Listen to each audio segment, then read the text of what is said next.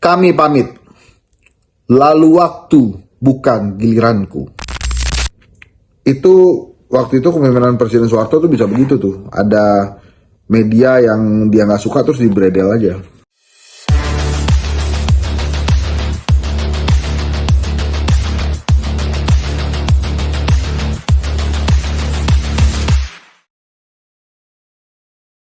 Assalamualaikum teman-teman. Biasanya kita baca-baca Tempo. Pernah juga Rakyat Merdeka kita baca-baca. Pernah juga Pos Kota. Kali ini saya mau baca sebuah majalah yang terus terang menemani saya selama kuliah menjadi mahasiswa, saat menjadi mahasiswa, kemudian saat menjadi aktivis mahasiswa tentunya. Bahkan majalah ini juga memberikan inspirasi buat saya untuk membuat pers mahasiswa yang sampai hari ini masih ada. Namanya The Jatinangor. Majalah ini yang akan saya bacakan mengeluarkan cover yang saya nggak suka dan membuat saya sedih. Kami pamit judulnya. Saya akan bacakan majalah Gatra, ya, edisi Kami Pamit. Ini sedih banget. Tapi anyway, inilah perjalanan media massa saat ini. Gatra mungkin menjadi media kesekian yang memutuskan mengakhiri cetakan atau menjadi media cetak. Dan kemudian ada yang beralih menjadi media online, tapi ada yang tutup beneran. Saya akan bacakan ceritanya ya. Nggak enak sih, cuma ya mau gimana lagi ya. Ini saya bacakan dari judulnya nih, segmen atau apalah ini namanya, Kecap Dapur. Sebelum Kecap Dapur ada tulisannya Henry Firzani, mati untuk lahir kembali. Ini saya izin teman-teman Gatra, saya bacakan edisi pamitnya supaya lebih banyak juga yang memahami dan mengetahui tentang Gatra. Ya, sosok Henry Satrio waktu itu memang salah satu pembaca Gatra, bahkan beberapa teman saya kuliah itu juga sempat bekerja di Gatra. Oke. Kecap Dapur nih. Bukan perjalanan bertabur bunga. Perjalanan Gatra bukanlah perjalanan bulan purnama. Bukan pula perjalanan bertabur bunga. Perjalanan Gatra adalah perjalanan membedah diri sendiri, perjalanan mencari dan menemukan jawaban untuk quote-unquote menjadi. Untayan kata-kata ini dituliskan Budiono Kartohadriprojo, Direktur PT Era Media Informasi, tempat majalah Gatra bernaung. Dalam catatannya di edisi Kecap Dapur 10 tahun Gatra tahun 2004, 20 tahun yang lalu itu menjadi penanda masuknya Gatra ke dalam usia 1 dekade. Bahkan di usianya yang masih kanak-kanak, Gatra sudah sepenuhnya sadar bahwa perjalanan ini tidak akan selalu mudah untuk dilalui. Sejarah pendirian Gatra diawali dengan dicabutnya izin terbit majalah mingguan Tempo pada Juni 1994 oleh pemerintah Orde Baru di bawah kepemimpinan Presiden Soeharto. Jadi buat teman-teman yang Gen Z atau yang pada saat 94 mungkin masih SD atau masih kecil, saya 94 masih kelas 2 SMA. Itu waktu itu kepemimpinan Presiden Soeharto tuh bisa begitu tuh. Ada media yang dia nggak suka terus dibredel aja. Nah, saya lanjutkan ya. Sebagian awak majalah Tempo kemudian menerbitkan majalah berita mingguan Gatra. Majalah Gatra terbit perdana pada 19 November 1994 yang kala itu bersamaan dengan konferensi APEC di Jakarta. Dalam waktu yang tidak lama sejak terbit perdana, Gatra menjelma menjadi majalah berita terbesar dan paling berpengaruh di Indonesia. Menurut survei lembaga independen AC Nielsen pada tahun 2000, majalah Gatra adalah majalah terbesar dan paling banyak dibaca di Indonesia. Di awal-awal pendirian, sebagian pembaca mencap Gatra sebagai majalah yang menyuarakan kepentingan pemerintah, termasuk militer. Sebagian penulis kolom pernah memboikot untuk tak menulis di Gatra. Perlahan citra buruk ini dikikis, caranya dengan memilih berdiri di jalan tengah, tidak memihak ke kiri maupun ke kanan. Gatra percaya sebuah media yang memilih menjadi partisan dan menjadi corong dari kepentingan pihak tertentu akan rontok bersama jatuhnya pihak yang dibela. Keinginan untuk memperlihatkan sikap semacam ini sebenarnya sudah tercermin di laporan utama edisi permulaan. Pada nomor percobaan Gatra memunculkan liputan tentang peran Soekarno pada tragedi 1965. Siapapun kala itu tahu posisi politik Soekarno berseberangan dengan Soeharto. Segala sesuatu yang berbau Soekarno masih harus dihindari. Melalui cara semacam ini, citra Gatra di mata publik berubah. Tidak ada lagi penulis yang menolak menulis untuk Gatra atau narasumber yang menutup pintunya karena alasan ideologis atau politik. Saya juga beberapa kali menjadi narasumber Gatra nih, termasuklah. Selama 4 tahun awal keberadaannya, badai moneter dengan segala akibatnya membuat Gatra praktis menjadi satu-satunya majalah mingguan bercakupan nasional di Indonesia. Iklim politik yang menghangat berarti banjir berita, Gatra pun panen. Gatra beberapa kali terbit dengan cover story yang menggegerkan dan mencatat angka penjualan tinggi. Antara lain kisah tentang kasus pembunuhan di Los Angeles, Amerika Serikat yang diotaki Harnoko Dewantono alias Oki. Korbannya adalah Eri Triharto, adik Oki. Liputan kasus pembunuhan ini tersaji lengkap. Pada 1996, Gatra kembali bikin heboh lewat cover story tentang Ratu Ekstasi, Zarina Miraspur yang buron dan kemudian dicokok di Amerika. Liputan ini mendalam dan lengkap, antara lain berkat kerja keras koresponden Gatra di Amerika, Hamid Awaludin, belakangan sempat menjabat Menteri Hukum dan HAM. Hamid berhasil mewawancarai Zarina di penjara Amerika. Kondisi menguntungkan semacam ini memang tidak bertahan lama. Hanya beberapa hari setelah dilantik, Habibie mencabut ketentuan tentang SIUPP. Media-media baru bermunculan. Gatra tak dapat lagi menikmati kesendiriannya. Gatra kemudian merumuskan kembali posisi keberadaannya.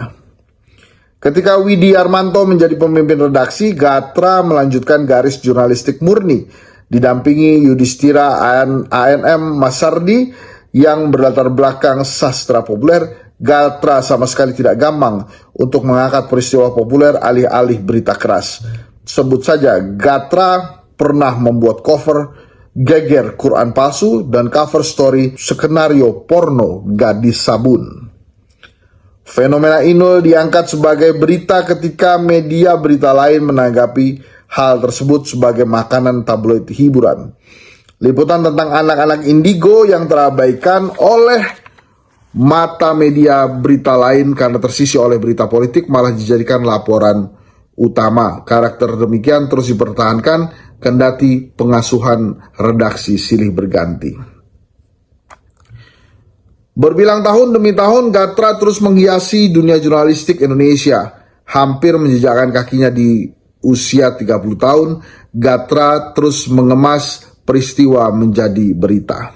Sejalan dengan nama Gatra yang bermakna wujud dan sudut pandang, majalah berita ini terus berusaha menjalankan prinsip pemberitaannya. Jadi ini artinya Gatra, wujud dan sudut pandang.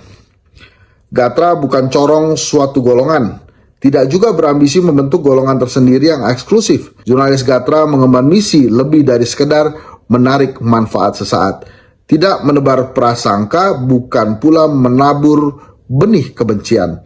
Tetap kritis tanpa menumbuhkan fanatisme, itulah kebijakan pemberitaan Gatra.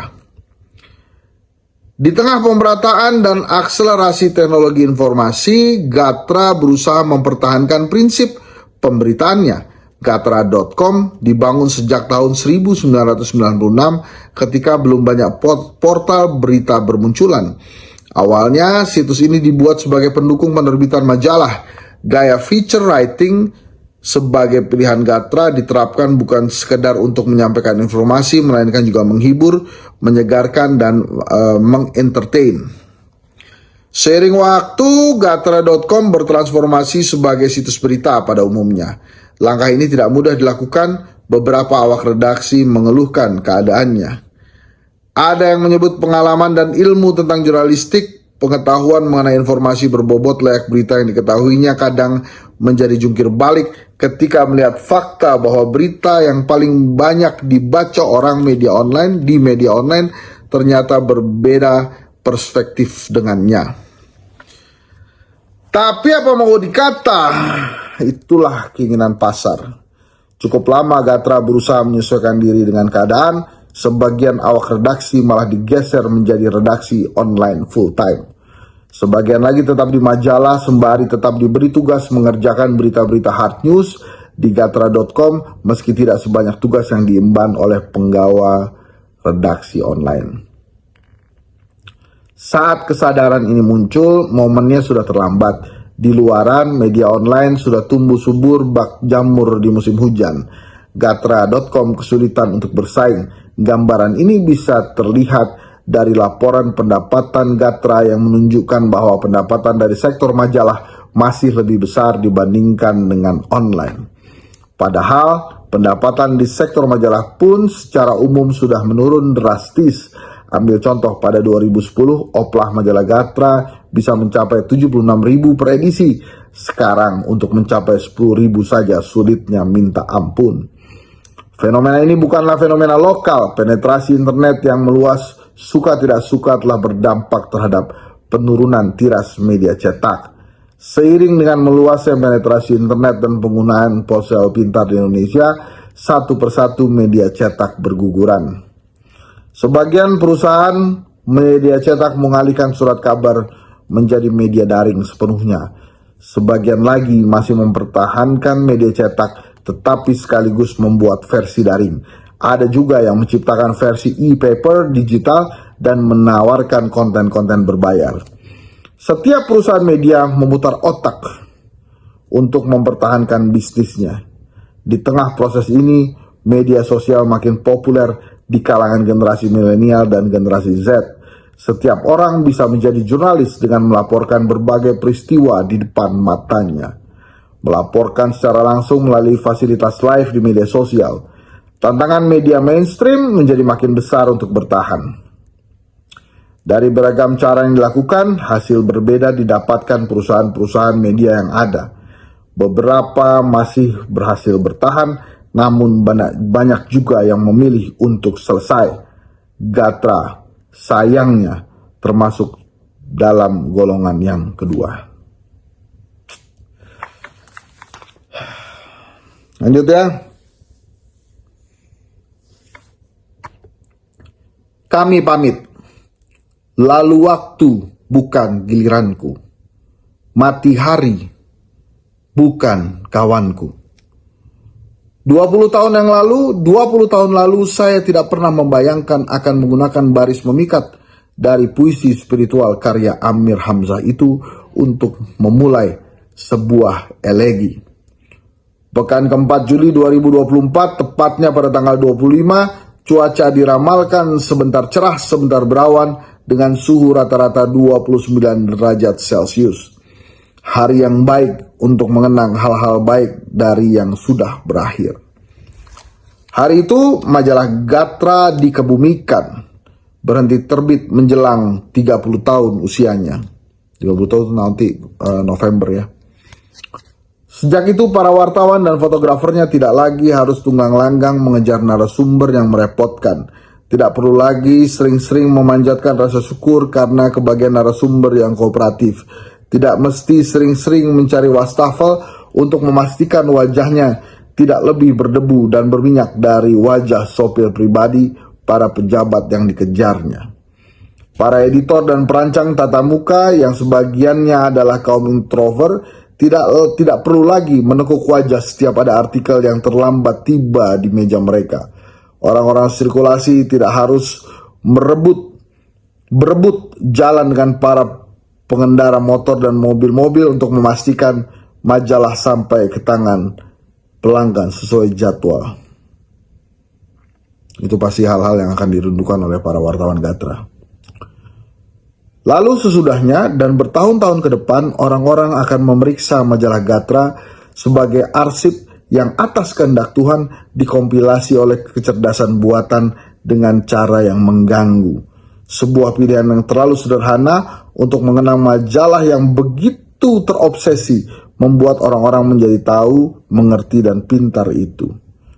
20 tahun lalu saat memulai kerja-kerja jurnalistik di majalah Gatra, saya tidak pernah berpikir akan bertahan menjadi kulit tinta. Senang rasanya menggunakan frasa ini lagi, terdengar klasik dan banal. Di tempat yang sama, terjebak seperti seorang yang tidak dapat menghindar dari pacarnya yang penuntut dan rada-rada toksik. Faktanya, saya dan beberapa orang lama dan orang-orang baru masih berada di Kalibata 4, nomor 15, hingga akhirnya kiprah majalah Gatra. Kami pastinya memiliki alasan berbeda-beda untuk tidak lekas menambah daftar baru dalam riwayat pekerjaan setelah Gatra. Tapi mari saya beritahu sebuah fakta. Siapa tahu belum banyak yang tahu. Di balik keseriusannya, Gatra adalah juga taman bermain yang menyenangkan. Wahana rekreasi yang selalu mencoba menemukan cara untuk bermain-main dalam ekosistem jurnalistik yang kata orang-orang ambisius. Namun, kesenangan-kesenangan itu tetap saja harus mengalah pada waktu. Ya, waktu. Si paling fana yang doyan mengubah stabilitas lewat standar-standar baru. Dan akhirnya, majalah Gatra meminjam puisi Yudhistira A.N.M. Masardi seperti dedaun runduk pada musim. Bambang Sulistyo, pemimpin redaksi majalah Gatra. Ya, itulah tadi. Ya, saya sih sedih ya pasti ya. Namanya juga lumayan mengikuti majalah Gatra. Bahkan dulu saya kuliah di Jatinangor, pada hari terbitnya, kalau saya tidak salah Selasa atau Kamis ya, majalah ini ya kami buru di loper-loper koran yang tidak banyak ada di Jatinangor. Seingat saya ada satu di gerbang utama Jatinangor yang sekarang tidak lagi menjadi gerbang utama. Kemudian lainnya agak jauh, tapi ya kalau sudah kehabisan di situ, kami harus cari majalah ini ke Bandung. Dan memang terus terang sekali lagi, majalah ini salah satu majalah yang menginspirasi saya dan teman-teman menerbitkan atau membangun pers mahasiswa dalam bentuk majalah juga waktu itu, The Jatinangor. Sempat terbit 2 kali berbentuk majalah, kemudian berubah menjadi tabloid, dan sekarang juga berubah menjadi online daya. Tapi per hari ini masih ada. Jadi kalau waktu itu majalah The Jatinangor itu terbit tahun 97 ya. Saat ini berarti usianya hampir 30 tahun juga. Jadi 27 tahun bos. Oke juga tuh di Jatinangor. Tapi itulah ya, semoga teman-teman di Gatra bisa terus mempertahankan idealisme. Dan ini sampai bolak-balik nih, kami pamit ya. Ini juga kami pamit belakangan ini. Assalamualaikum warahmatullahi wabarakatuh.